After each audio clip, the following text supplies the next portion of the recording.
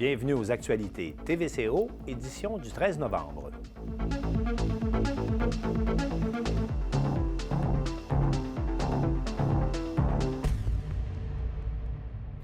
Aux actualités TVCO cette semaine pour vous, tout d'abord, on rencontre le maire de la Malbaie, Michel Couturier, qui vient nous présenter le projet La Malbaie et on profite de son passage à l'émission pour aborder quelques autres sujets d'actualité avec lui.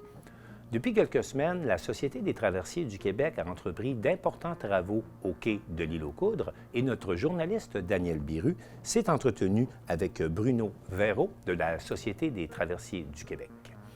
Charlevoix est toujours en zone rouge et les impacts de la pandémie prennent de l'ampleur à chaque jour. Cette situation provoque stress et anxiété dans la population et on reçoit à ce sujet le bien connu Dr Jean-Luc Dupuis pour discuter des impacts et des moyens à prendre pour préserver sa santé mentale. L'initiative La Corde à bois proposera aux Charlevoisiens de fabriquer des décorations et d'orner un grand sapin qui sera installé à proximité de Maisons-Mères durant la période des fêtes et on reçoit à ce sujet Mme Gabrielle Coulombe. Enfin, pour terminer l'émission, je m'entretiens avec Maxime Jaudoin. On va parler de sport local, mais également du sport des grandes ligues. Sur ce, je vous souhaite une bonne émission. Nous accueillons maintenant le maire de la Malbaie, M. Michel Couturier, qui va venir nous présenter le gros projet qui a été présenté cette semaine, qui s'appelle le projet La Malbaie. M. Couturier, bonjour. Oui, bonjour tout le monde. Ça fait plaisir de vous parler. Je n'ai pas l'occasion souvent de le faire. Bien, effectivement, mais c'est un projet qui a une ampleur régionale, donc on a jugé à propos de vous avoir avec nous ce matin. Tout d'abord, Monsieur le maire, est-ce que vous pourriez nous expliquer le projet? On va faire apparaître la carte là, de l'aménagement du site. Pourriez-vous, on pourrait-tu prendre quelques moments là, pour expliquer-nous, là, c'est quoi ce projet-là, puis qu'est-ce que vous allez faire avec cette zone-là dans votre municipalité? Bien, écoutez, pour le moment, le projet La Malbaie, écoutez, c'est l'aménagement des secteurs de Pointe-à-Pic, une façon de relier par le transport le secteur du centre-ville aussi beaucoup pour faire de cette contrainte de l'éclatement de notre ville une opportunité de rejoindre tous ces secteurs à travers un parcours. Mais de ce qu'on parle le plus ces temps-ci, c'est le projet du 0,8 km dans le secteur du quai de Pointe-à-Pic. Là. Oui. Évidemment, le quai jusqu'au terrain adjacent au musée de Charlevoix. Alors, qu'est-ce qu'on veut faire là? Écoutez, c'est le quai de Pointe-à-Pic est fonctionnel de par ses grands bateaux et son volet commercial. Sauf qu'on va développer aussi le mur Est là, qui va permettre d'avoir des bateaux de plus petits ou de moyens gabarits. Donc, développer les croisières. D'ailleurs, une des subventions qu'on a du gouvernement provincial était de la stratégie maritime dans accueil et développement des marchés là, du fleuve. Alors, l'idée, c'est de travailler ce quai-là et de le rendre fonctionnel. Vous savez, il y a eu un litige, on l'a réparé, il y a eu un litige, on l'a réglé hors cours. Et là, au printemps prochain, on répare notre quai. Donc, on devrait commencer la mise en marché dès maintenant pour l'année 2022 à peu près et redonner aux citoyens et aux touristes et se redonner un outil de développement des affaires par le fleuve, c'est le quai. À partir de là, ce qu'on se dit dans ce secteur-là, bien, il faut accueillir les gens. Alors, il y a le secteur multimodal, là, le secteur des petits commerces là, de la rue près du quai de Pointe-à-Pic. D'accord. Alors là, il y a de l'aménagement qu'il faut faire, il y a des traverses piétonnières pour que les gens soient en sécurité, mais il y a aussi une halte multimodale qu'il faut faire là, qu'on va construire, un bâtiment adjacent à celui qui est existant. Et là, le besoin de ça, c'est qu'évidemment, il y a les croisières qui vont arriver, des croisiéristes. Oui. Et l'idée, c'est de les faire transiter agréablement et en confort. Donc, un toit sur la tête, des salles de bain adéquates et aussi un accès à l'information de qu'est-ce qu'est la Malbaie, un lieu où ils peuvent attendre les navettes, les transports, les taxis pour aller à l'hôtel ou aller ailleurs. Donc, un lieu de transition. Et ça aussi pour le train. Alors, croisière, le train, mais il y a 1500 chambres d'hôtel à peu près alentour. Donc, un lieu où aussi des gens qui sont à l'hôtel peuvent converger vers ce secteur et avoir accès à un site où il y aura un paquet d'informations sur c'est quoi la Malbaie et les déployer. Oui, on voit Donc, également là, dans le plan que vous avez prévu des aires de pique-nique, des jeux d'eau, des aires de relaxation, même des terrains de pétanque, en tout cas, qui sont identifiés sur le site que nous avons. J'aimerais savoir, Monsieur le maire, la première mouture de ce projet a été rejetée chez vous. On est venu signer les registres, il y a eu un référendum, puis la première mouture a été rejetée. Qu'est-ce qui vous fait croire que cette deuxième mouture va recevoir l'aval de la population? Ben, écoutez, si on y revient, on a parlé des deux pôles, du quai et de Oui, l'intermodalité, mais là où vous faites référence, c'est que dans ce volet-là, il y a une partie qui est intéressante, c'est l'aménagement du terrain adjacent du musée de Charlevoix. oui. C'est un des beaux points de vue sur le fleuve et c'est lui qu'on veut mettre en valeur et c'est le gros de l'élément de ce projet. On met 3 quelques millions là-dessus. Des parcs, des jeux d'eau, agora de spectacle, un lieu culturel, en tout cas, bel aménagement. La première mouture, pourquoi elle avait été Oui. refusée? Ben, il y avait un bâtiment là-dessus. On avait un gros bâtiment qui était à peu près, qui prenait presque 3 millions là-dedans. On appelait un bâtiment multifonction, tout le kit. Et les gens nous ont dit à ce moment-là, on n'est pas contre le projet que vous présentez, mais ce bâtiment-là, il ne passe pas. Alors, ça n'a pas passé. Et puis, on a OK. accepté le verdict des registres de la population. Puis là, on a refait nos devoirs, on a fait des consultations, on les a écoutés. Puis là, c'est devenu un projet beaucoup plus global sur tout le territoire qui comprend le quai, l'intermodalité, puis ce parc-là. Alors, ce qui me fait dire que cette fois-ci, on a écouté les gens, le projet est beaucoup plus global et que je pense qu'on est dans des meilleures dispositions aussi de la population. Dites-moi, ce qui semble apparaître comme un élément important, puis c'est comme ça dans les autres municipalités, les contribuables réagissent souvent de la même façon. On a l'impression qu'au-delà du projet, c'est la question du compte de taxes là, qui revient en matière d'acceptabilité sociale. Les gens disent non, on ne veut pas augmenter les taxes, ça fait qu'on va rester comme ça. Est-ce que c'est une perception ou c'est une réalité? Ben, en fait, c'est une perception qui est réelle. OK. Je veux dire, les gens, on ne peut pas nier que les gens, ça les inquiète un peu leur capacité de payer versus des projets comme ça. Vous savez, les villes, quand on fait des projets d'aqueduc, d'égouts, d'asphaltage, personne ne parle parce que c'est dans notre mission. Mais quand on fait Oui. des projets plus de vitalisation économique ou des projets plus de développement, c'est là qu'il y a des débats. Ce qu'il faut comprendre, c'est que ce projet-là, le règlement d'emprunt qu'on a présenté la Oui. semaine dernière, qu'on va adopter la semaine prochaine, c'est 5,5 millions. Mais à la charge du citoyen, c'est 2,1 millions. Le reste, c'est des subventions, des paliers de gouvernement fédéraux, provinciaux, partenaires privés, fonds de développement de Si vous territoire, me la permettez, SOLT. juste une question là-dessus. Je comprends bien, puis vous l'avez bien présenté. Là. On peut aller sur le site Internet de la Ville, on voit les pointes de tarte que vous avez présentées. On voit bien que l'investissement de la Ville représente effectivement quelques 2 millions, mais vous passez quand même un règlement d'emprunt à 5 millions. Euh, Juste comprendre, là, les subventions vont arriver, vous allez vous rembourser le prêt à mesure. Ben, On se dit, vous dites 2 millions, le règlement d'emprunt est à 5. Pouvez-vous m'éclairer ça, s'il ben, vous plaît? faire une histoire vite, Oui, c'est parce que les paliers de gouvernement nous remboursent sur 20 ans aussi, sur le règlement d'emprunt. Ben, vous savez, le gouvernement du Québec, le 1,5 million qu'il fournit, il va être étendu, capital et intérêt, mais ils vont nous rembourser le 1,5 million sur 20 ans. Ils ne nous font pas un OK. chèque de 1,5 million tout de suite. C'est le temps du règlement d'emprunt. Le gouvernement fédéral, avec Développement économique Canada et Patrimoine Canada, là, ceux qui ont subventionné à la hauteur de 500 000 tous les deux pour 1 million, Oui. eux, ça risque d'être un seul paiement qui va être fait.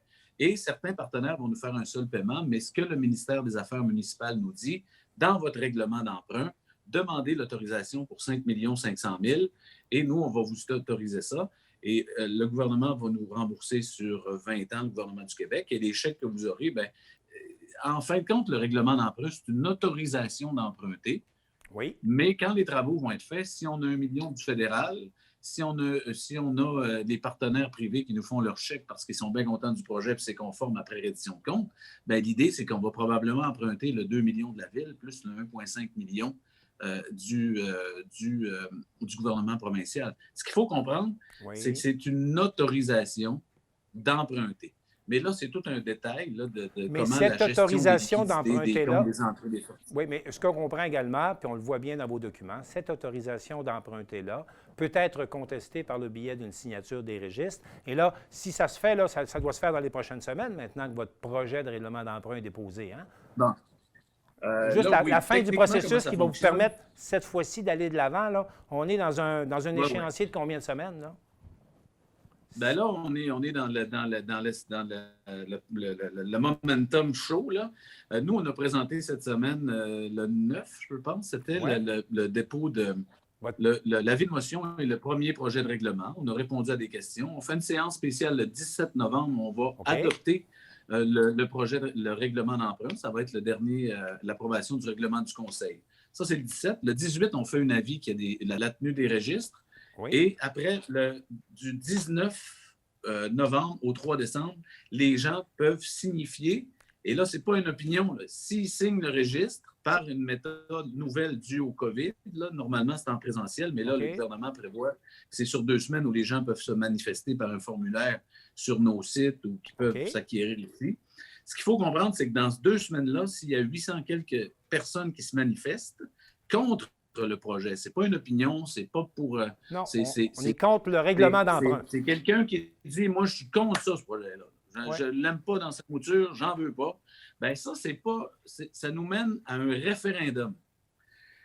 Et là, le référendum, là, ça commence à être compliqué, puis ça peut même compromettre tout le projet. Puis je vais vous dire pourquoi. Parce qu'en 2021, il y a des élections municipales à l'automne. C'est déjà un fardeau extraordinaire d'organiser des élections dans une municipalité. COVID, ouais. Mais un référendum, il y a énormément de délais, puis c'est d'autres élections. Ça fait qu'on pourrait considérer que c'est presque 2 élections dans la même année et que c'était des coûts exorbitants. Et la chose aussi, c'est qu'il y a des délais prévus par la loi pour le référendum. Et ça nous met totalement hors des ententes qu'on a signées de livrer ce projet-là à l'automne 2021. Ça nous met hors projet. Alors, ce qui me fait dire que si les gens, la première fois, on les a écoutés, on a consulté, on a fait un projet selon ce que les gens voulaient. Et là, si les gens signent un registre pour s'opposer à ce projet-là, bien, c'est ni plus ni moins que la fin de ce projet-là cette fois-ci. Et là, il y a un enjeu important. Il faut que les gens comprennent qu'il faut qu'ils posent les questions aux bonnes personnes et puis que si on signe le registre, j'ai rien contre ça des gens qui savent, qui signent en sachant complètement à quoi ça sert un registre. Mais moi, je veux m'adresser aux gens de dire, si vous le faites, soyez bien conscients que c'est la fin totale d'un projet mobilisant qui ramène le patrimoine du quai, la pêche, qui met la Malbaie sur la map dans le secteur du berceau de villégiature au Canada, le secteur de Pointe-à-Pic, un projet dans lequel nos partenaires ont adhéré à la hauteur de 3,2 millions. Ce n'est pas n'importe qui, c'est les paliers du gouvernement. Alors, Monsieur le maire, on voit que vous êtes déjà convaincant et sur le pied de guerre. On va vous souhaiter bonne chance, en tout cas, dans votre démarche de bien informer les citoyens qui pourraient s'opposer. On ne vous accueille pas souvent à TVCO. Je voudrais en profiter pour aborder 2 thèmes, mais rapidement, si vous le permettez. J'aimerais d'abord savoir, avec l'arrivée de l'hôpital, la construction d'une nouvelle école, vous vous apprêtez en quelque sorte à réinventer votre centre-ville. Qu'est-ce qui est prévu là, dans les prochains mois pour s'assurer que votre projet réponde aux besoins, bien sûr, de la population, puis permette aux gens de s'exprimer autour du projet? Parce qu'on suppose que vous êtes en préparation pour remodeler votre centre-ville également avec l'arrivée notamment du nouvel hôpital. Bien, écoutez, le centre-ville, c'est un autre dossier que j'ai extrêmement à cœur. Moi-même, ma famille, on a une entreprise là depuis 50 ans. C'est la 50e année cette année et on y gagne notre vie encore. Alors, le centre-ville, ce qu'il faut comprendre, c'est que c'est dans nos... Ben, écoutez, il y a eu beaucoup de gestes qu'on a fait les dernières années dans le centre-ville de la Malbaie, acquérir des terrains, faire du stationnement de longue durée, libérer la courte durée, des choses comme ça. Oui, mais là, vous en allez vers des projets d'ampleur. Ouais. Là, ça va brasser. Ça va brasser sur certaines actions. On a fait certaines actions d'aménagement, les locaux. En tout cas, il y a une vitalité, mais c'est vrai que le centre-ville manque d'amour un peu. Mais évidemment qu'au mois de décembre l'an dernier, quand M. Legault, la ministre McCann à l'époque de la Santé et la députée Mme Foster sont venus annoncer des investissements de 260 millions. Alors, on voit ce qu'à Baie-Saint-Paul, ça a fait un hôpital avec tout l'engouement qu'il y a eu pour le secteur. Alors, à la Malbaie, en plus, il y a une école primaire qui sera détruite et une nouvelle complètement construite à l'endroit actuel où est Félix-Antoine Savard. On est bien au fait du dossier, M. Couturier, mais moi, j'aimerais savoir là, comment on va consulter les gens? C'est quoi la procédure? À quel moment vous pensez arriver avec votre projet de réaménagement du centre-ville? Est-ce qu'il y a des délais, des échéanciers, puis des choses qui sont déjà planifiées de ce côté-là? Bien, présentement, on est en train de construire un plan particulier d'urbanisme. En fait, c'est tout plan particulier d'urbanisme. C'est quand un conseil de ville se donne une loupe là, pour donner une attention particulière à un secteur qu'il veut vitaliser. On a été en consultation là-dedans pour demander ce que nos gens en pensaient. Une consultation COVID, on est là-dedans. On a eu près de 45 personnes qui se sont manifestées par des mémoires, qui ont donné leur opinion. Et il y a une firme qui travaille avec nous, qui est embauchée à ramasser toute l'opinion des gens, bâtir le cadre légal. Ça peut même aller à des subventions à des propriétaires pour mettre à niveau leur bâtiment. Et l'échéancier de tout ça, là, pour y arriver, là, ça va donner lieu à des recommandations, des travaux d'ingénierie et une réflexion. Les argents sont prévus au plan triennal 2020-2023 pour la réfection du centre-ville dans la partie plus commerciale. Mais là, il faut voir aussi comment, on est carrément là-dedans, en train de travailler avec la SCI, la commission scolaire, les échéanciers des travaux pour l'école, pour l'hôpital, et comment on se glisse là-dedans. Parce que, juste un exemple, l'an prochain, on fait la rue Nerne, là, la rue qui est parallèle à la rue Saint-Étienne. Alors, cette rue-là sera condamnée une partie de l'été parce qu'on fait le mur de l'école, on fait toute la rue. Et alors, ça serait illusoire de penser qu'on va aller paralyser la rue Saint-Étienne aussi. Vous voyez, c'est le genre d'exemple qu'il faut avec les... Ce qu'on comprend, c'est que dans le courant des prochains mois, vous allez donc être en mesure de nous présenter la marche à suivre et puis les différentes étapes qui vont vous permettre de revitaliser votre centre-ville puis de profiter de l'arrivée puis de la construction de deux grandes institutions. Ça, on attend ça pour les prochains mois. Je souhaite bonne chance de ce côté-là. Et on fait rapidement, là, mais quand même, je ne peux pas vous laisser aller, parce que nous, dans l'Ouest, ça nous préoccupe. Comment est votre Internet haute vitesse dans l'Est? Parce que nous, on se dit, vous l'avez eu, le G7, puis on se dit, bien, il y avait des promesses qu'il devait y avoir du gros câble dans votre coin. Ces promesses-là, en tout cas, ne se sont pas beaucoup réalisées dans Charlevoix-Ouest. Alors, c'est quoi l'état de situation dans Charlevoix-Est au niveau de l'Internet? Pouvez-vous me faire le portrait un peu? Bien, dans Charlevoix-Est, c'est exactement le même problème que dans l'Ouest. Il y a des places où ça rentre à 2 mégabits encore à Saint-Irénée et puis Notre-Dame-des-Monts, Saint-Aimé. C'est exactement le même portrait. Ce qui diffère un peu, c'est qu'évidemment, la Malbaie, c'est peut-être ce qui a pu arriver de mieux là, dans le cadre de ce G7-là, c'est que M. Trudeau, pour être certain de se faire voir dans le reste du monde, il a investi énormément dans la bande passante, dans le secteur Pointe-à-Pic, Malbaie, et tout le tour de la Malbaie, Rivière-Malbaie, à monter vers Cap-Alègue un peu. Ça fait qu'on est quand même bien desservi. Oui, parce que nous, on a un peu l'impression qu'à partir de la Malbaie, on peut contrôler des porte-avions américains, mais qu'on ne peut pas envoyer son curriculum vitae aussitôt qu'on reste dans un rang. Il y a comme des débalancements. Est-ce qu'on n'avait pas des promesses là, préalables au G7 qui nous garantissaient de la fibre mur à mur pour tout le monde? Est-ce qu'on se souvient de ça? Puis je vous la pose dans un contexte particulier. C'est que là, il y a d'autres millions, puis presque des milliards qui rembarquent encore pour la question d'Internet haute vitesse. Est-ce que vous croyez encore à ces promesses-là, puis vous croyez que ça va finir par se réaliser? Parce qu'honnêtement, le G7, beaucoup de promesses, outre votre centre-ville, puis bravo pour vous, mais pour le reste, il n'y a pas grand monde qui a bénéficié de ces installations-là dans la région. Ben, en fait, c'était pas la Sainte-Enfance. Hein. Ils sont venus ils ont répondu à leurs besoins. Quand on regarde les tours de Bagotville, puis ceux qui passaient par les éboulements et qui montaient jusqu'à Québec, ils ont investi 15 millions, ils ont fait 15 tours de télécommunications. Nous, ça nous a permis, dans le secteur de Saint-Fidèle, le téléphone rentre Saint-Barth. Dans le secteur Saint-Irénée aussi, Terrebonne en haut, ça rentre Saint-Barth. Mais là, on a profité du couloir qu'eux avaient besoin. Puis dans le développement Internet, c'est ce qu'eux avaient besoin. Puis ça donnait que c'était à Malbaie. Alors oui, on est privilégié un peu. Oui, puis je ne vous le reproche pas. Là. Je vous dis juste, les autres, on a l'impression un peu qu'on a été laissés pour compte là, ailleurs que pour le secteur où eux avaient des besoins pour le G7. Là. Ben, c'est ça.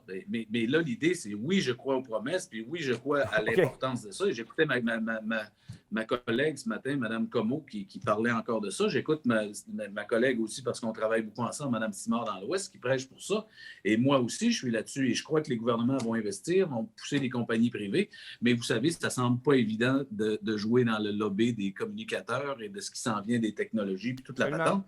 C'est un dossier assez complexe, si vous me le permettez, mais comme l'utilité, c'est essentiel maintenant si on veut attirer des gens en région. Et nous, ben, c'est sûr qu'on profite un peu, on a profité de ça. Bien, vous, comme maire, votre municipalité, comme maire, votre municipalité est bien nantie, là.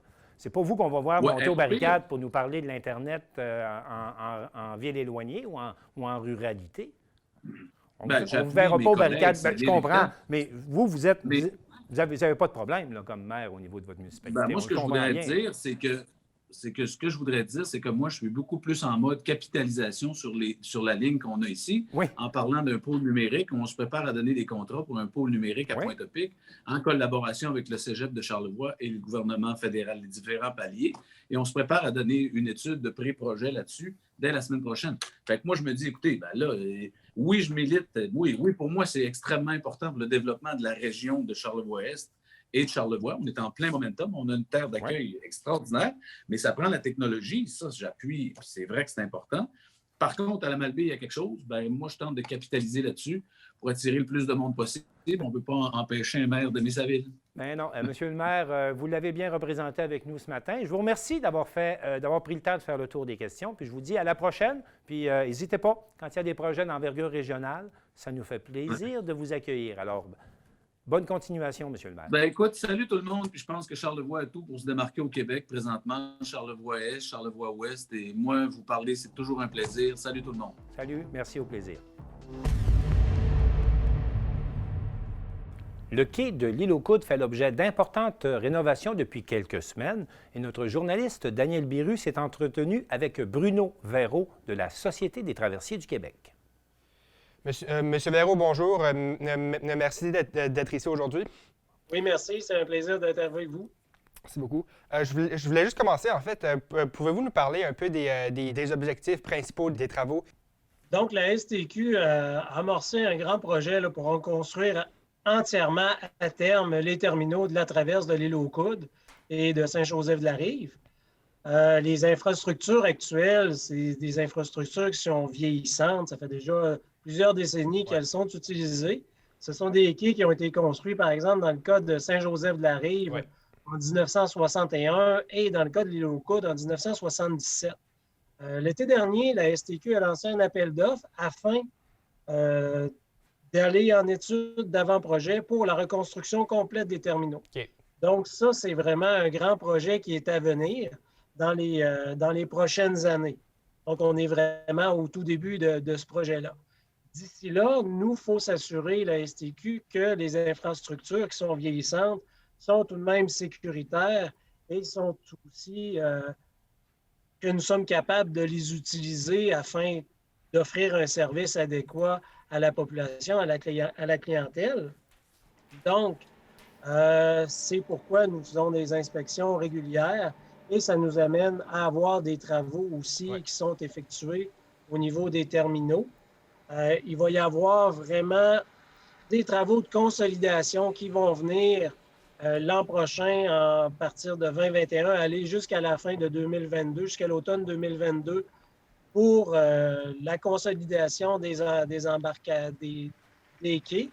Mais aujourd'hui, ce que nous avons à la rampe numéro 1 du côté de l'île aux Coudres, c'est vraiment des travaux qui vont permettre de faire le remplacement de la rampe d'embarquement, des travaux sur les vérins et le remplacement de poutres sous le tablier. Donc ça, c'est vraiment dans l'objectif de consolider les infrastructures déjà sur place. Donc, c'est ça, Monsieur Verreau, au niveau des changements importants qui vont être amenés, qu'est-ce qu'on va pouvoir voir précisément au niveau de l'île aux Coudres dans les prochains mois? Donc, les travaux qui ont débuté le 21 octobre, si je vous parle vraiment des travaux qui sont en cours présentement à la rampe numéro 1 du côté de l'île aux Coudres. Donc, c'est vraiment la rampe d'accès principale du côté de l'île aux Coudres où il y a des travaux actuellement. Donc, le but de ces travaux, c'est de faire le remplacement du tablier d'embarquement.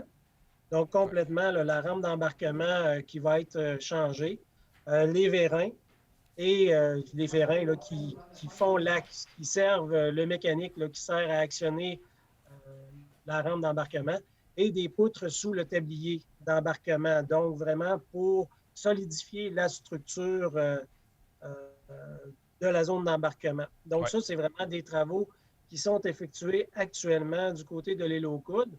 Les travaux devraient se terminer d'ici la fin du mois de novembre. Okay.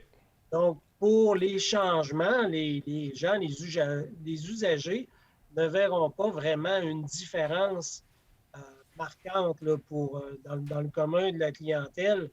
Ils vont continuer leur embarquement, tout cela. Ils ne verront pas au niveau esthétique, si on veut, des changements. Okay.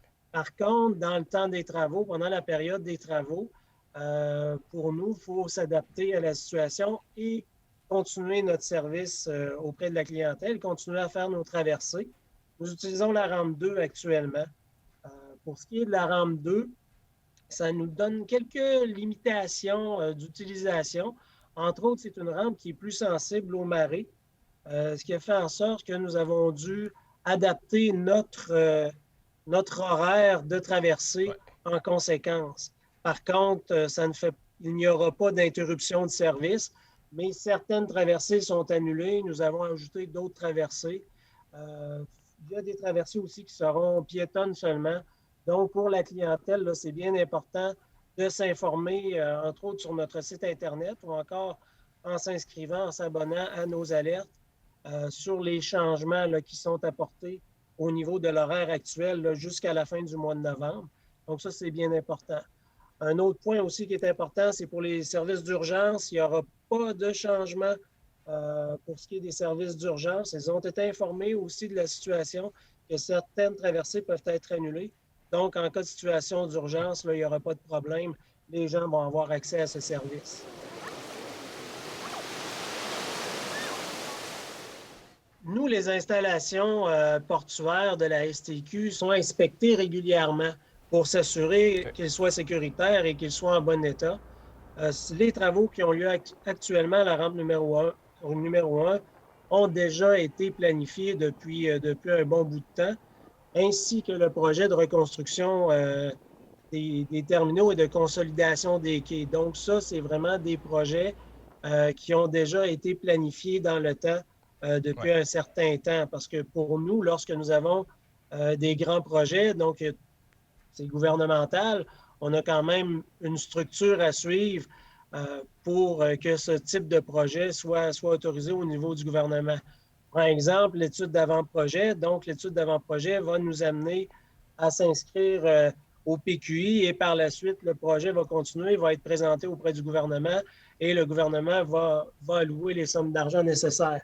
Donc, il y a des processus d'appel d'offres, il y a des processus qui sont importants d'être suivis. Donc, ce n'est pas des décisions qui se prennent, si on veut, à la dernière minute, mais c'est vraiment planifié à l'avance. Donc, ça fait déjà un bout de temps pour ce qui est des travaux de la rampe 1 qu'ils ont été planifiés afin d'être consolidés.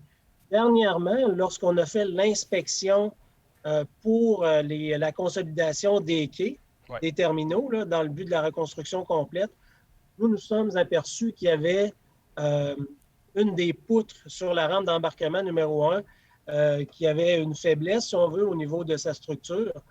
Donc ça, il y avait eu une petite période d'interruption de service en utilisant la rampe 1 cet été, mais ça avait été corrigé rapidement. Mais là, dans le cadre des travaux, là, on en profite pour vraiment tout changer les poutres de soutien au niveau de la rampe numéro 1. Donc ça, c'est vraiment dans le cadre des inspections que nous faisons régulièrement, que nous avons planifié les travaux qui ont lieu actuellement. Et au niveau de la réception de ces travaux-là, chez la population de l'île aux Coudres et dans Charlevoix, est-ce que c'est bien accueilli justement par la population? Écoutez, pour ce qui est de la clientèle, il est sûr qu'actuellement, l'impact, outre le changement au niveau de l'horaire, concernant la rampe numéro 1, il y a peu d'impact. C'est sûr qu'en utilisant la rampe numéro 2, ça nous permet de ne pas avoir d'interruption de service. Outre cela, il y a des limitations. Par exemple, pour les gros véhicules, les véhicules de plus de 45 pieds, il y a une limitation en utilisant la rampe numéro 2. Nous, ce que nous avons fait lorsque nous planifions des travaux comme ceux-là, où il va y avoir un impact, on va informer les clients et les partenaires locaux de la situation afin qu'ils se préparent à une situation comme celle-ci pour planifier à l'avance leur déplacement. Que ce soit, par exemple, au niveau de Océan, qui est du côté de l'île aux Coudres, que ce soit la municipalité, par exemple, bien, eux, s'ils ont des travaux à faire, s'ils ont des matériaux à déplacer sur l'île, sont avisés à l'avance et ça permet justement d'éviter d'avoir des irritants auprès de la clientèle par rapport à cela. Pour ce qui est de la reconstruction complète des terminaux, bien, ça, c'est une excellente nouvelle pour la région. C'est sûr que ça ne se fera pas demain matin. Nous sommes vraiment au balbutiement du projet, mais ça, c'est une excellente nouvelle et c'est assuré que pour la population, c'est excellent. Et au niveau de ce qui vient au cours des prochains mois, au cours des prochaines années, est-ce qu'il y aurait peut-être d'autres travaux du même genre qui pourraient avoir lieu du côté du quai de l'île aux Coudres dans les prochaines années? Oui, ça c'est sûr et certain. Comme je l'ai mentionné, ce sont des structures qui sont vieillissantes. Là, on parle vraiment d'un projet de consolidation des quais. Donc, la dernière inspection qui a été effectuée en 2019 a vraiment confirmé que la durée de vie des quais était atteinte et que nous devions reconstruire les quais, les terminaux complètement. C'est pourquoi nous sommes allés en appel d'offres cet été pour les études d'avant-projet pour la reconstruction complète. D'ici là, il est sûr que nous, la STQ, on doit s'assurer que nos installations sont sécuritaires et que nos installations sont fonctionnelles. Donc, dans les prochaines années, à partir du printemps 2021, aller jusqu'à l'automne 2022, il va y avoir des travaux de consolidation des quais des deux côtés de la rive. Donc, ça va permettre vraiment de s'assurer que nos quais sont fonctionnels et sécuritaires d'ici la reconstruction complète des terminaux. Et comme je vous ai mentionné tout à l'heure, un des objectifs principaux lorsqu'on va faire les travaux, c'est qu'il n'y ait pas d'interruption de service. Donc, nous, il faut que les opérations continuent, il faut vraiment que le service soit offert malgré qu'il y ait des travaux. Merci beaucoup d'avoir été avec nous aujourd'hui. C'est moi qui vous remercie, ça me fait plaisir. Bonne fin de journée. Charlevoix est en zone rouge et les cas de contamination continuent de se multiplier. Ça crée beaucoup d'inquiétudes, d'anxiété, de stress dans la population. Et pour se donner quelques trucs pour savoir comment on fait face à ces situations difficiles, on va s'entretenir avec le docteur Jean-Luc Dupuis, qui est bien connu dans la région et qui multiplie depuis le début de l'année les initiatives pour nous aider à passer à travers cette période difficile. Mais auparavant, on a croisé le maire Jean Fortin, le maire de Baie-Saint-Paul, sur le chemin des Petites Franciscaines à Baie-Saint-Paul et il nous a livré un touchant témoignage. On pense que c'est assez bien contrôlé autour, donc c'est sûr qu'il y a toujours de l'inquiétude avec cette pandémie-là, puis d'autres, là, est plus grande parce qu'on n'était pas, on ne s'attendait pas à ça. Hein. On a vécu un printemps surprenant, puis un été, malgré tout le monde qu'il y a eu ici, à l'exemple de ça. C'est certain que ça crée un peu d'inquiétude.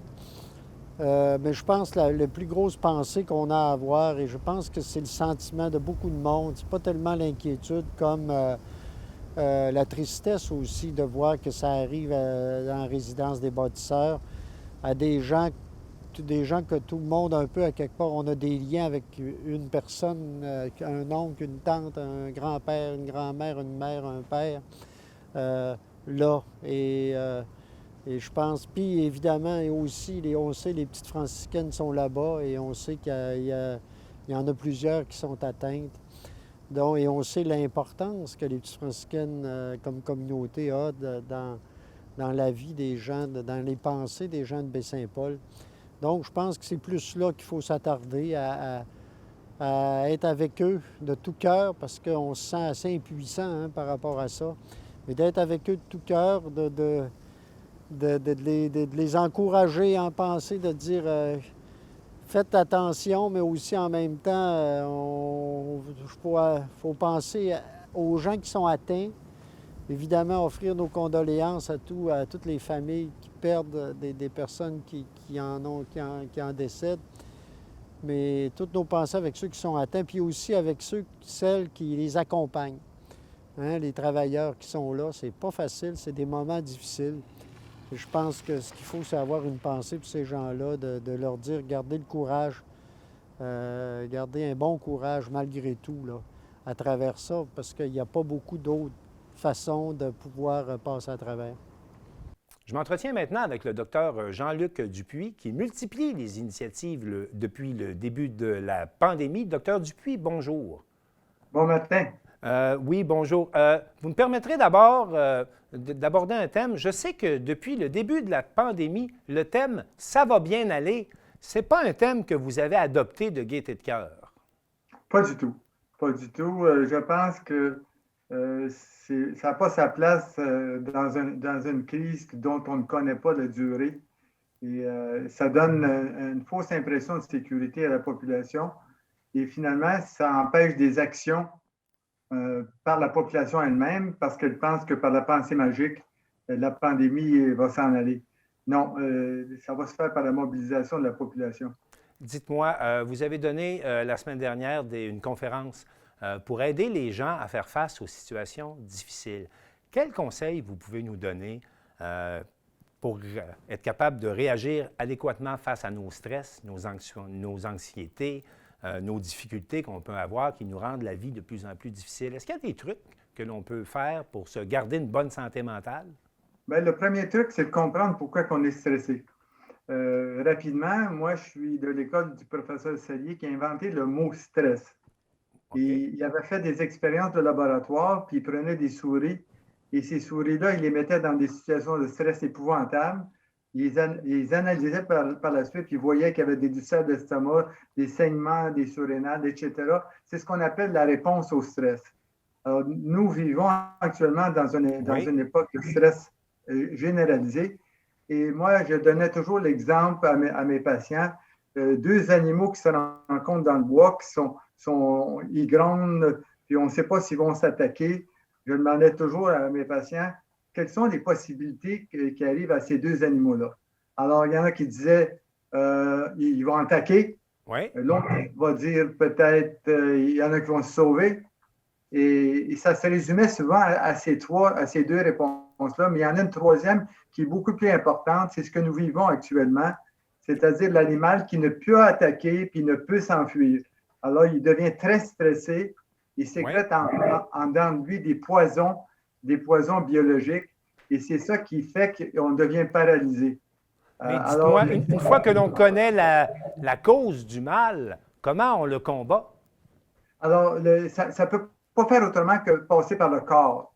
Le stress, ça ne se gère pas intellectuellement. OK. C'est le corps qui doit participer à ces choses-là. Puis on reprend les principes de base. Si ça passe par le corps, on est fait les humains pour avoir des interrelations. On est fait pour éviter la solitude. Il faut que les gens évitent la solitude. Il faut introduire du mouvement dans notre vie, dire aux personnes âgées de rester dans leur maison à rien faire. Dans Charlevoix, ce n'est pas une bonne idée parce qu'on a beaucoup de places sécuritaires pour les faire marcher. Il faut qu'ils sortent de leur maison, qu'ils aient marché. Il faut que les gens bougent. Ça, c'est la première chose. D'accord. Et aussi de repérer les organismes locaux qui sont en aide, qui peuvent augmenter le dialogue. Puis finalement, se faire deux choses. Une bulle de sécurité personnelle. C'est-à-dire? C'est quoi cette bulle de sécurité personnelle? C'est les une ou deux personnes ou trois personnes avec lesquelles on partage notre vie qui, nous autres, on blinde ça. On blinde ensemble notre sécurité, puis il n'y a rien qui enlève plus le stress que d'être en sécurité. Et l'autre partie à ça, c'est le corridor de sécurité. Qu'est-ce que c'est le corridor de sécurité? C'est quand on sort de cette bulle-là, qui on rencontre, qui on voit et qui sont ceux qui sont potentiellement à risque de nous infecter. Donc, le stress, ça se gère par de l'action, par des émotions, puis par le corps. Maintenant, qu'est-ce qu'on fait lorsque ces impacts-là, après plusieurs semaines, nous amènent plus vers une impression de déprime, de dépression, d'humeur noire? Vous dites que ça passe encore une fois par l'activité physique, par la mise en mouvement du corps? Bien, il n'y a personne qui va déprimer juste à cause de la COVID. Il n'y en a pas personne. OK. Ceux qui vont déprimer, c'est des gens qui sont prédisposés, soit par l'anxiété ou par l'humeur dépressive d'avance. Monsieur tout le monde qui n'est pas déprimé ne deviendra pas déprimé.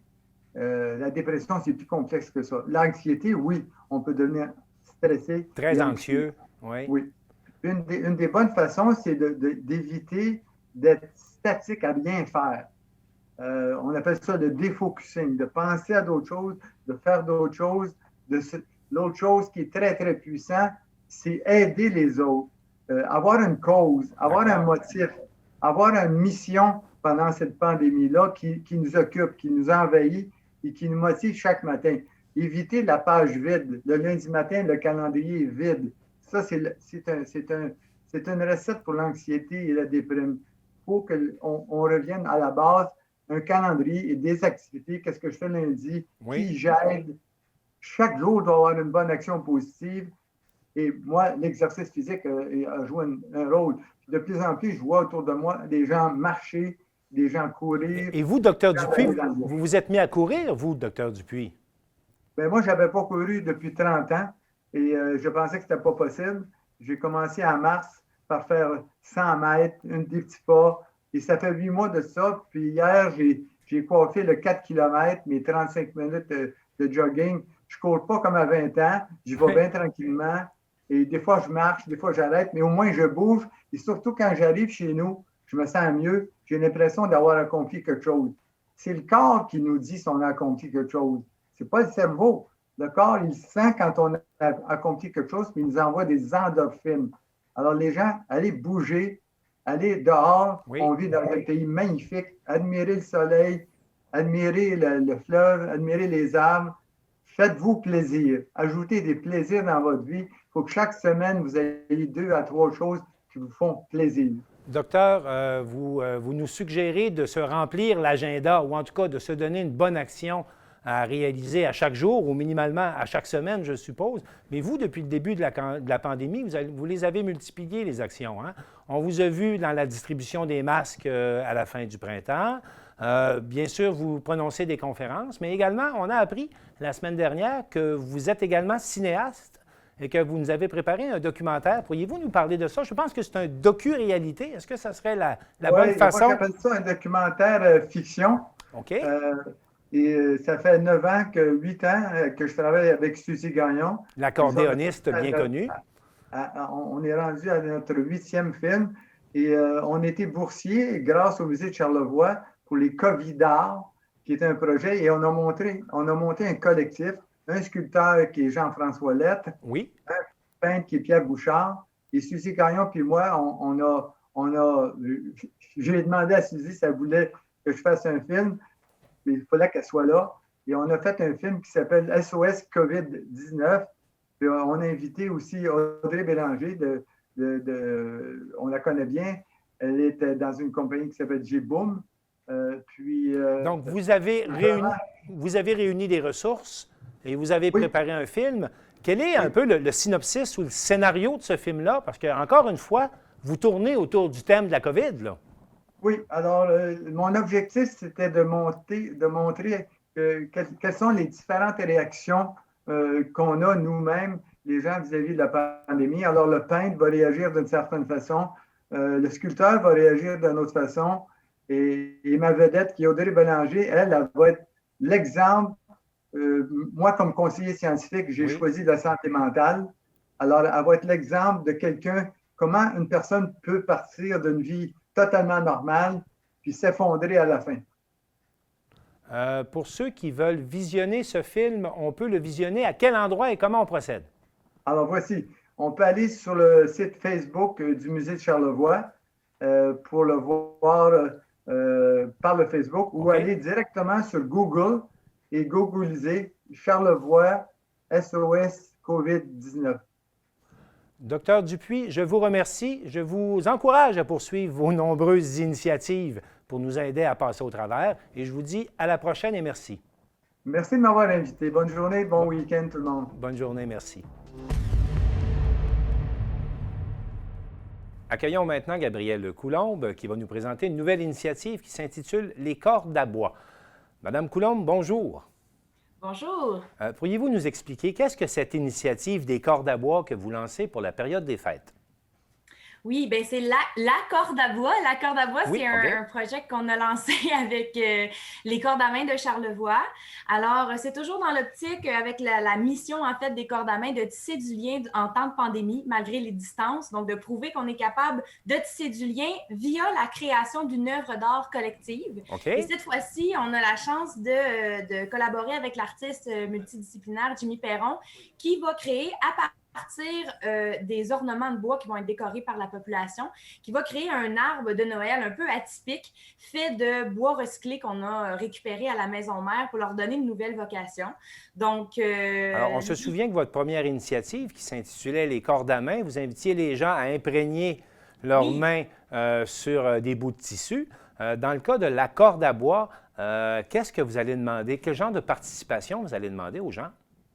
Bien, principalement, en fait, Jimmy a déjà commencé à découper des ornements de bois. J'en ai avec moi pour vous les montrer. Donc, vous avez différentes pièces qui vont être distribuées là, dans la population aux gens qui sont intéressés, les groupes communautaires, les familles, les gens qui peuvent être seuls à la maison, qui ont envie de participer. Donc, dans le fond, c'est assez simple. Les gens, on les invite à décorer les ornements, puis aussi d'inscrire leurs vœux des fêtes pour la grande famille qui est notre communauté de Baie-Saint-Paul. Alors, ça va vraiment être un arbre, une œuvre qui va être plein de décorations, plein de couleurs, de créativité, mais aussi de mots d'espoir comme cadeau qu'on va se donner pour le temps des fêtes. En ce temps des fêtes qui risque d'être un peu différent. Particulier, oui.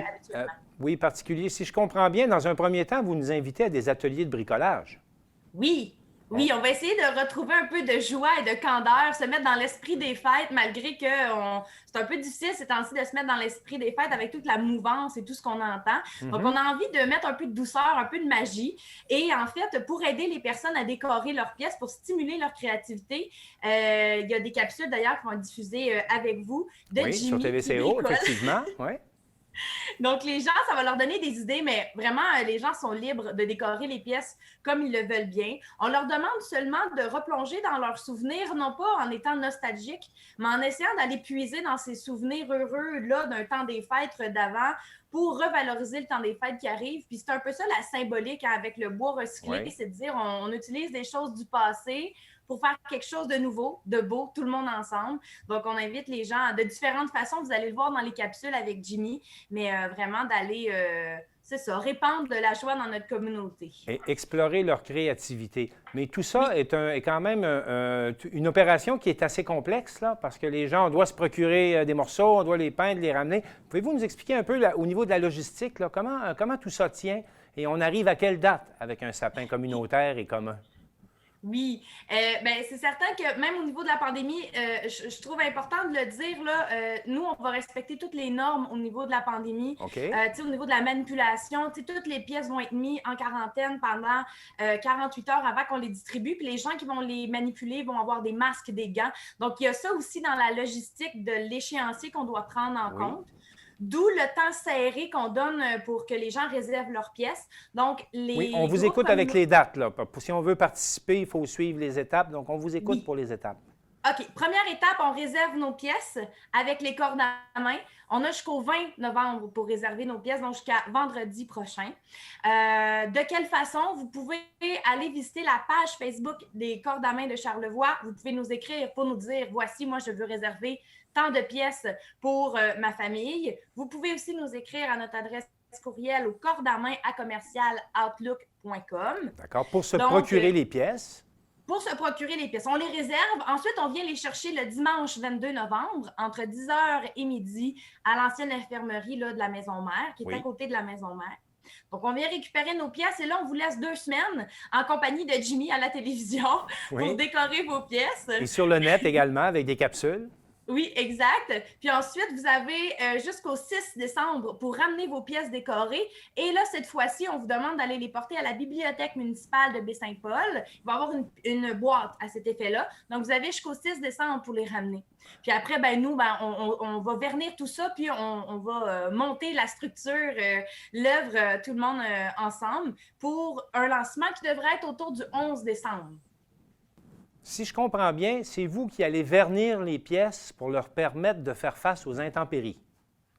Oui, très important parce que, on ne peut pas demander à la population de commencer à faire du vernis et tout parce que ça demande du matériel. Donc, nous, en fait, on va refaire la même procédure de quarantaine avec les pièces. On va garder les pièces 48 heures dans une pièce et ensuite, on va tous les vernir avec un vernis vraiment imperméabilisant, comme on avait fait avec notre corde à main. Toutes les pièces avaient été vernies des deux côtés avec un vernis à l'eau pour être certaine que même s'il y a de la pluie et tout, la gouache ne parte pas. On va faire la même chose avec les pièces qui vont être mises dans l'arbre de Noël, dans la corde à bois, finalement. Et cet arbre de Noël devrait être complété à quel moment, à partir de quand est-ce qu'on va pouvoir aller admirer le travail de tout le monde et la beauté de cet arbre? Oui, en fait, nous, on vise le lancement le 11 décembre. La date est à déterminer, mais c'est sûr que ça va être à la mi-décembre, donc autour du 11-12. Et en parallèle de tout ça, il va y avoir l'arbre, mais tous les témoignages qu'on va avoir recueillis, les gens qui vont avoir écrit leurs vœux, on va mettre ça sur un livre électronique qui va être mis en ligne sur le site des cordes à main. Donc, on va pouvoir aller lire les témoignages des gens et quelques petits témoignages vont avoir été sélectionnés. Et on a des petits lutins qui vont aller les parsemer un peu partout dans la ville de Baie-Saint-Paul sur des vitrines. Donc, quand on va marcher, parfois, on va découvrir des petits témoignages des vœux. Un peu partout à Baie-Saint-Paul, il y aura des témoignements qui seront dans les vitrines des commerces, c'est ce que je comprends? Oui, dans les commerces, la ville et tout. Là, on est en train de faire une petite carte, mais c'est vraiment un clin d'œil là, pour diffuser les vœux plus largement. Mais les gens vont pouvoir venir les lire directement dans l'arbre. Tous les vœux vont être par exemple, d'un côté, il va y avoir la décoration, Oui. le vœu de l'autre côté, donc on va pouvoir aller les lire directement sur le sapin qui va être installé entre la maison mère et l'ancienne infirmerie. Le terrain qui est là, où il y a le marché public normalement. Oui, c'est là que vous sapin installez va le être sapin. installé là. Alors, on aura une place de Noël, une place du temps des fêtes grâce à vous. Je vous souhaite beaucoup de participation, Gabrielle Coulombe, et je vous remercie. Merci beaucoup. Bonne fin de Merci, au journée. plaisir. C'est maintenant le moment de parler de sport local, mais également du sport des grandes ligues en compagnie de Maxime Jaudoin. Maxime Jaudoin, bonjour. Martin, bonjour. Bonjour. Tout d'abord, là, il y a encore un autre tournoi de hockey qui est annulé. C'est une triste nouvelle, mais au niveau du sport local, il faut quand même le mentionner. Oui, bien exactement. Donc, c'est un tournoi de hockey novice qui devait se dérouler à Baie-Saint-Paul du 27 au 29 novembre. Oui, donc on s'en doute. Dans quelques semaines, Ben oui. à l'heure où on se parle, à l'Arena Luc et Marc-Claude. Mais oui, donc 2020, ça a été en fait... Bon, on a cancellé pour l'instant, mais on regarde par contre pour le tenir au printemps pour pouvoir un peu reprendre ce qu'on a perdu parce que, bon... On ne veut pas nécessairement toujours annuler tout. Bien sûr. Et on veut reporter. Donc là, annuler pour le moment, mais reporter au printemps, on regarde un peu, selon les critères et le protocole, qu'est-ce qu'on pourrait faire pour le reporter là, sous peu, là, après les fêtes. Là. Alors vraiment, le sport amateur et puis pour les sportifs, notamment des sportifs d'équipe, Oui. ils goûtent vraiment cette année. Hein. C'est vraiment difficile parce qu'on Exactement. apprend également qu'il n'y aura pas de grande traversée cette année en canot à glace vers l'île aux Coudes. Oui, donc ça aussi, ça a été en fait annulé pour cet hiver parce que, bon, ça devenait extrêmement difficile de présenter les mesures, l'événement avec les mesures actuelles. Des fois, on parle un peu comment est-ce qu'on aurait pu réorganiser l'événement, mais bon, supposément que c'est pas possible. OK. Et là, bon... on parle que si jamais on réussit à rendre les règlements un peu plus souples au niveau du protocole sanitaire, OK. on pourrait peut-être éventuellement là, regarder pour une course amicale au mois de mars. C'est là qu'on Parce que a... de voix à moi, Maxime, là, Oui. au milieu du fleuve, c'est un canot à glace, là, il y a de l'air. Hein? C'est pas là que les risques de transmission doivent être les plus élevés. quand Ouais, même, ben là. oui, d'un côté, là, c'est le Là, si oui, on c'est- autorise certains sports à Ouais. se pratiquer, puis celui-là, il me semble que s'il y a un endroit où on est au grand air, Ouais, ben ça, au je suis milieu d'accord du avec... fleuve en canot, on y va. Oui, je suis d'accord là-dessus. Par contre, d'un côté, vu que les équipes sont dans le même canot à long terme, est-ce que c'est ça qui avait un risque? Tu sais, vu qu'on est à 2 mètres, mais on est quand même dans le même canot. Alors, est-ce que c'est là qu'on a propagé un risque? Ouais. C'est peut-être Je le vais seul soumettre risque que une je vois. hypothèse, là, peut-être aussi que c'est difficile de faire venir des équipes de partout au Québec Oui, pour participer aux courses. exactement. Probablement que c'est un élément qui a joué, mais on va leur souhaiter bonne chance. Oui, En absolument. espérant qu'au mois de mars, on puisse voir des canots à glace sur le fleuve. On l'espère de tout Souhaitons-le. cœur avec eux.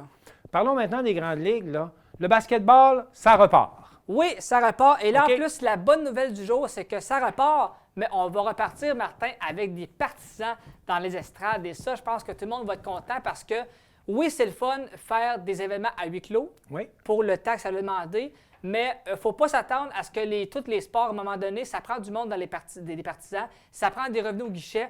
On peut Mais- pas faire une saison complète encore sans spectateurs. Mais dites-moi, est-ce que ça veut dire ça que les équipes de la NBA vont Oui. jouer à domicile, vont se promener? Il n'y a pas l'idée de créer une bulle ou rien. Là. Chaque équipe va avoir sa saison à domicile puis va pouvoir accueillir des spectateurs. C'est ce Oui, qu'on ben, entend? en fait, la seule question, c'est du côté de Toronto, les Raptors, parce Oui. qu'on sait que le domicile est encore à Toronto. Que la Ça- douane est fermée, ça va la plus ou frontière moins- est ouais, fermée. ça va plus ou moins. Donc là, ce qu'on va faire, c'est qu'on va peut-être, encore une fois, proposer à certaines équipes de venir jouer dans des domiciles ailleurs. OK. Qui appartiennent. Je pense que le plus possible qu'on va faire, c'est que oui, on va peut-être permettre à plus d'équipes de jouer dans leur domicile respectif, mais il y a des équipes comme Toronto qu'on va devoir éventuellement héberger dans l'autre domicile le temps que l'accalmie arrive de ce côté-là. Et OK. là, oui, les partisans vont revenir, mais par contre, on a un protocole strict, donc évidemment, le port du masque dans les amphithéâtres, la distance et au préalable de remplir un sondage si on a des symptômes avant de se présenter comme tel dans les arénas. Et là, les équipes vont pouvoir remplir jusqu'à 50 de leur capacité. 50 c'est quand même bon. Oui, c'est quand même un bon début. On Oui. leur donne un beau lousse, si vous me permettez le terme. Oui. Mais pour ceux qui sont, j'ai accepté, entre 25 et 50 de capacité globale, eh bien là, aux partisans, on va demander un test COVID négatif 2 jours avant l'événement si on a besoin de se trouver à moins de 2 mètres, à moins de 10 mètres, pardon. Parce qu'au basketball, pour ceux qui sont près de la ligne de mêlée, là, du terrain, Oui. on est quand même prêt. Hein? Oui. Fait que c'est pour ces partisans-là qu'on va demander un test négatif 2 jours avant le début du match pour être sûr qu'on n'ait pas de restrictions. Et la saison démarre le 22 décembre. 22 décembre. Oui, ça va commencer là-dessus. Donc, évidemment, bon, on calcule, là, évidemment, on veut vendre des billets. Donc, pour vendre, mettons, plus de 25 de leurs billets, il faut qu'on ait à peu près là, une moyenne de 10 cas par 100 000 habitants, 7 jours avant les parties. Donc, c'est strict, hein, quand même? Oui, on ben, sent écoutez, que c'est placé, là. Oui, la bonne nouvelle, on est prêt à avoir des partisans, mais on a un protocole, je dirais, là, encore plus strict pour les joueurs. Parce que là, on ramène des gens autres que les joueurs dans les stades. Fait que c'est pour ça que là, c'est encore plus strict que si les joueurs étaient là. Pensez-vous que ça pourrait donner des idées à la Ligue canadienne, à la Ligue nationale de hockey, notamment aux Canadiens de Montréal, ces façons de faire-là qui nous permettent de remplir un peu les auditoriums? Pensez-vous que ça pourrait être récupéré par les autres ligues? Oui, ça pourrait le faire. Et même à la rigueur, si on permet ce protocole-là pour la NBA, on va se dire pourquoi on ne le permettrait pas aux autres. Ça va être le chaînon positif de dire, gars, la NBA le fait, nous, on embarque, on vous propose la même chose, puis on pourrait y aller comme ça. Puis à ce chapitre-là, vous nous mentionnez que la santé publique a fait un cadeau à l'Impact pendant les séries éliminatoires. Qu'est-ce que vous voulez dire par là? Oui, bien en fait, c'est que vous savez que depuis le début de la pandémie, on n'avait aucunement le droit de pratiquer nos sports, entraînement ou parties à Montréal, dans la métropole comme telle. Là, je parle, la Ligue canadienne qui n'était plus là, le Canadien à la fois et l'Impact. Oui. Le cadeau maintenant qu'on a fait, c'est que pour une première fois, la santé publique a dit oui à l'Impact pour qu'ils puissent s'entraîner dans leur domicile à Montréal. Donc, tranquillement, on commence à donner des possibilités, ou en tout cas, on y va. C'est presque chirurgical, hein, ce qu'on permet, ce qu'on ne permet pas. Exactement. Vraiment, exactement. Mais c'est pour ça que vous parlez d'un cadeau de la santé publique. Oui, mais c'est un cadeau. Mais par contre, les règles sont claires, c'est domicile, entraînement, domicile, entraînement. Il n'y a pas d'hôtel, il n'y a pas de bar. De toute façon, ils sont fermés. Oui, c'est ça. Mais quand même, il y a un confinement. Oui, il y a un confinement. C'est maison, entraînement. On s'en tient à ça. Et l'Impact qui va le faire, parce que l'Impact va affronter le Nouvelle-Angleterre le 20 novembre, le Revolution, à l'extérieur. Oui. Donc, jusqu'à cette date-là, l'Impact va pouvoir s'entraîner à domicile au Stade Saputo. Mais comme on le disait, c'est domicile, entraînement, et on ne déroge pas de ça. En terminant, oui. il y a eu un sondage qui a été effectué pour savoir quel est le club de la Ligue nationale de hockey qui s'est le plus amélioré depuis les dernières séries. Oui. Alors, un roulement de tambour. Roulement de tambour, Martin, parce que je suis content, c'est le Canadien de Montréal. Vous êtes content? Oh, moi, je suis content. Je l'avoue, je suis content. Mais oui, parce que si on regarde l'été de Bergevin, encore une fois, on parle de Jake Allen, Josh Anderson, Tyler Toffoli, Joel Edmondson. Tu sais, quand je vous disais que pour moi, Bergevin, pour une rare fois, il avait fait sa job de DG en plus de 10 ans. Cette année, on le voit et c'est pour ça que je pense que les amateurs ont hâte que ça recommence parce que pour une première fois, on a l'impression qu'on a offert un club aux partisans sans les ignorer cette fois-ci. Le sondage était fait auprès de qui? Des chroniqueurs sportifs, des autres joueurs? Ça venait de où, ce sondage-là? C'est auprès de tous les joueurs de la Ligue nationale. Donc, c'est les joueurs de la Ligue nationale qui ont dit que c'est cette équipe-là qui est le plus améliorée. Donc, ils ont dit que vraiment, là, que pour une première fois, le Canadien là, était je dirais pas une équipe à craindre, je ne suis pas rendu là, mais mais quand même, là, on parle qu'on va pouvoir offrir une compétition autant aux équipes de l'Ouest qu'aux équipes de l'Est qu'on n'avait peut-être pas avant. Et le début de saison est prévu pour? C'est encore le 1er janvier. Y croyez-vous? Oui, j'y crois encore. Par contre, il va falloir vraiment qu'on commence à faire les camps d'entraînement rapido parce que janvier, c'est bientôt. Selon moi, si on n'a pas de camp d'entraînement d'ici le début du mois de décembre, dans ma tête, ça va être le 1er février. À moins qu'on dise 2 semaines de camp d'entraînement. À l'heure actuelle, j'y crois encore. 1er janvier, j'y crois encore. Début du mois de décembre, si on n'a rien négocié encore, dans ma tête, ça va être 1er février. C'est sûr et certain. Maxime Jodoin, merci beaucoup pour cette tournée des sports. Ça me fait plaisir. Et je vous dis à la prochaine. Merci beaucoup, Martin. C'est tout pour notre émission cette semaine. J'espère que vous avez apprécié et je vous dis à la prochaine.